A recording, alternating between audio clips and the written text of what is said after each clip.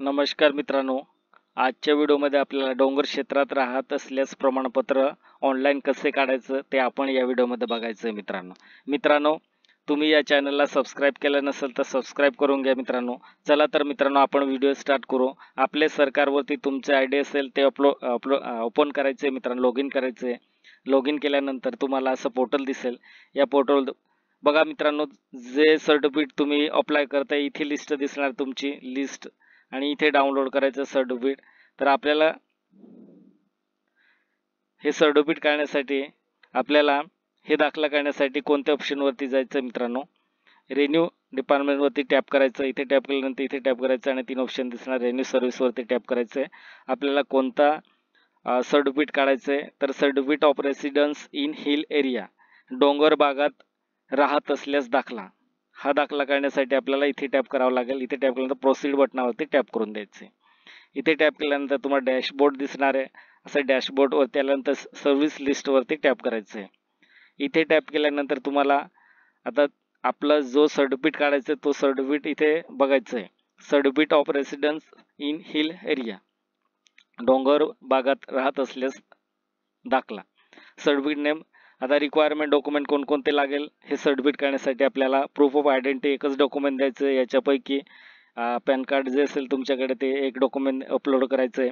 Proof of address द्यायचं आहे तुम्हाला. टेलिफोन बिल, रेशन कार्ड, आधार कार्ड जे असेल, इलेक्ट्रिसिटी बिल जे असेल ते. अदर डॉक्युमेंटमध्ये एनीवन द्यायचं आहे तुम्हाला. ओरिजिनल रेशन कार्ड अपलोड करायचं किंवा स्कूल लिव्हिंग सर्टिफिकेट कोणतंही एक सर्टिफिकेट तुम्हाला इथे अपलोड करून द्यायचं आहे. नंतर एज प्रूफ द्यायचं आहे. तुम्ही मायनर आहात का, मायनर असेल तर बर्थ सर्टिफिकेट किंवा बोनाफाईड सर्टिफिकेट, लिव्हिंग सर्टिफिकेट जे असेल ते तुमच्याकडे, प्रायमरी जे असेल, सर्व्हिस बुक, गव्हर्नमेंट एम्प्लॉई कोणतंही असेल याच्यापैकी एक डॉक्युमेंट अपलोड करायचं. Mandatory document, all mandatory, self declaration compulsory असतं, हे डाउनलोड करायचं आणि ते फिलअप करायचं. फिलअप केल्यानंतर तुम्ही स्कॅन करून अपलोड करून द्यायचं. एवढे डॉक्युमेंट आहे आणि कंटिन्यू करायचं आहे फॉर्म फिलअप करण्यासाठी. हे बघा, ॲप्लिकंट डिटेल द्यायचं आहे तुम्हाला. श्री जे असेल ते तुमचं, हे ऑटोमॅटिक येणार आहे. रजिस्ट्रेशन तुम्ही केलं आहे तुमचं नावाने आणि तुमचं नाव ऑटोमॅटिक येणार आहे. तुमचं फादर नेम द्यायचं आहे. फादर नेम कॅपिटलमध्ये पूर्ण नाव फिलअप करायचं आहे. मराठीमध्ये ऑटोमॅटिक येणार आहे. बाकी डेट ऑफ बर्थ ऑटोमॅटिक येणार आहे. एज, मोबाईल नंबर, जेंडर हे ऑटोमॅटिक येणार आहे. ईमेल आय डी द्यायचं असेल तर ईमेल आय डी पण देऊ शकता. आणि तुमचा व्यवसाय, शिक्षण, शासकीय कर्मचारी, शेतमजूर, शेतकरी, विद्यार्थी, वकील, लेखक, मोलमजुरी जे असेल तुमचं ते तुम्ही सिलेक्ट करायचं आहे. आता सिलेक्ट केल्यानंतर आधार नंबर द्यायचा. आधार नंबर फिलअप केल्यानंतर ॲप्लिकंट ॲड्रेस द्यायचं आहे. हे ॲड्रेस स्ट्रीट, सेक्शन, बिल्डिंग. बाकी हे बघा रेड कलरमध्ये दिले, हेच फक्त इम्पॉर्टंट आहे. हे फिलअप केल्यानंतर बाकी ब्लँक सोडलं तरी चालेल. नंतर डिस्ट्रिक्ट सिलेक्ट करायचं आहे, तहसील सिलेक्ट करायचं आहे, विलेज सिलेक्ट करायचं आहे. नंतर पिन कोड. बघा, मी डेमो म्हणून तुम्हाला दाखवतोय, मी फॉर्म फिलअप करून दाखवत नाही, कारण मी फक्त तुम्हाला डेमो कसं फिलअप करायचं फॉर्म ते दाखवतोय.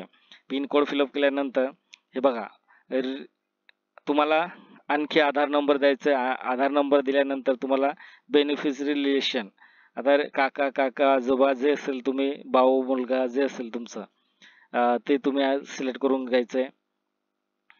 नंतर बेनिफिशरी डिटेल द्यायचं आहे. अर्जदार असेल त्यांचे डिटेल द्यायचे. हे बघा, श्री नेम द्यायचे. नेम दिल्यानंतर मराठीमध्ये automatic date of birth, age, gender, email I D, mobile number, address, district, tehsil, village, pin code. Beneficiary academics, school name द्यायचे, स्कूल ॲड्रेस आणि school name, school, secondary school address आणि name on ration card number आणि gram panchayat name आणि place of birth, तुमचा जन्म कुठे झालाय ते तुम्ही इथे फिलअप करायचं. आणि शेवटी काय करायचं आहे, सेल्फ डिक्लेरेशन. आता इथे हे रीड करून इथे आय ॲग्रीवरती टॅप करून द्यायचं आहे. हे टॅप केल्यानंतर तुम्हाला शेवटी काय करायचं, जे रिक्वायरमेंट डॉक्युमेंट दाखवलं होतं ते डॉक्युमेंट तुम्हाला अपलोड करायचं आहे. अपलोड केल्यानंतर तुम्हाला मेक पेमेंट, 33 रुपये पेमेंट करायचे आहे तुम्हाला. पेमेंट फायनली तुमचं सबमिट होऊन जाणार आहे फॉर्म. नंतर तुम्ही लॉग आउट करायचं. लॉग आउट करून तुम्ही तुमचं ॲप्लिकेशन तुम्ही चेक करू शकता की अप्रूव्हल झालं की नाही. झालं असेल तर तुम्ही तिथेच तुमचं सर्टिफिकेट डाउनलोड करू शकता.